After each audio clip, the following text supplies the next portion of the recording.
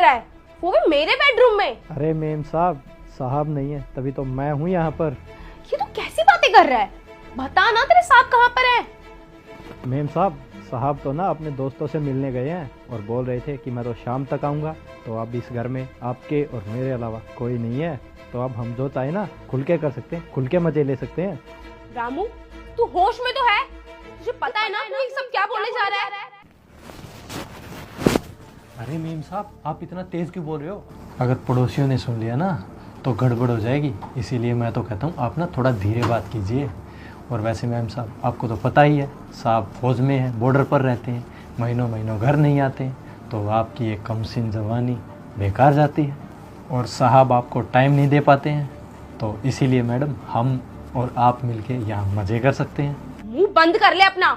और तुझे कैसे पता मेरे पति मुझको टाइम नहीं देते हैं? मुझे इस घर में आए हुए ना पूरा 1 महीना हो गया है और मैं अच्छे से जान गया हूँ कि आपके पति आपको कितना टाइम देते हैं। बेशक वो मुझे थोड़ा कम टाइम देते हैं, लेकिन मैं उन्हें धोखा तो नहीं दे सकती। मैं उनसे प्यार करती हूँ।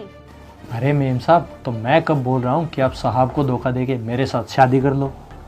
मैं तो बस आपको इतना बोल रहा हूँ कि हम और आप मिलकर मज़े कर सकते हैं, जिससे आपको भी प्रॉपर टाइम मिलेगा और आपकी कमसिन जवानी वेस्ट नहीं होगी। अगर तेरे साहब को पता चल गया ना तो वो तुझे छोड़ेंगे नहीं। लेकिन मेम साहब को कैसे पता चल जाएगा? अब मैं तो साहब को बताने वाला हूँ नहीं, और वैसे भी अब इस घर में आपके और मेरे अलावा है ही कौन। और जब हम दोनों के बीच ऐसा कुछ हो जाएगा तो साहब को क्या ही पता चलेगा। रामू,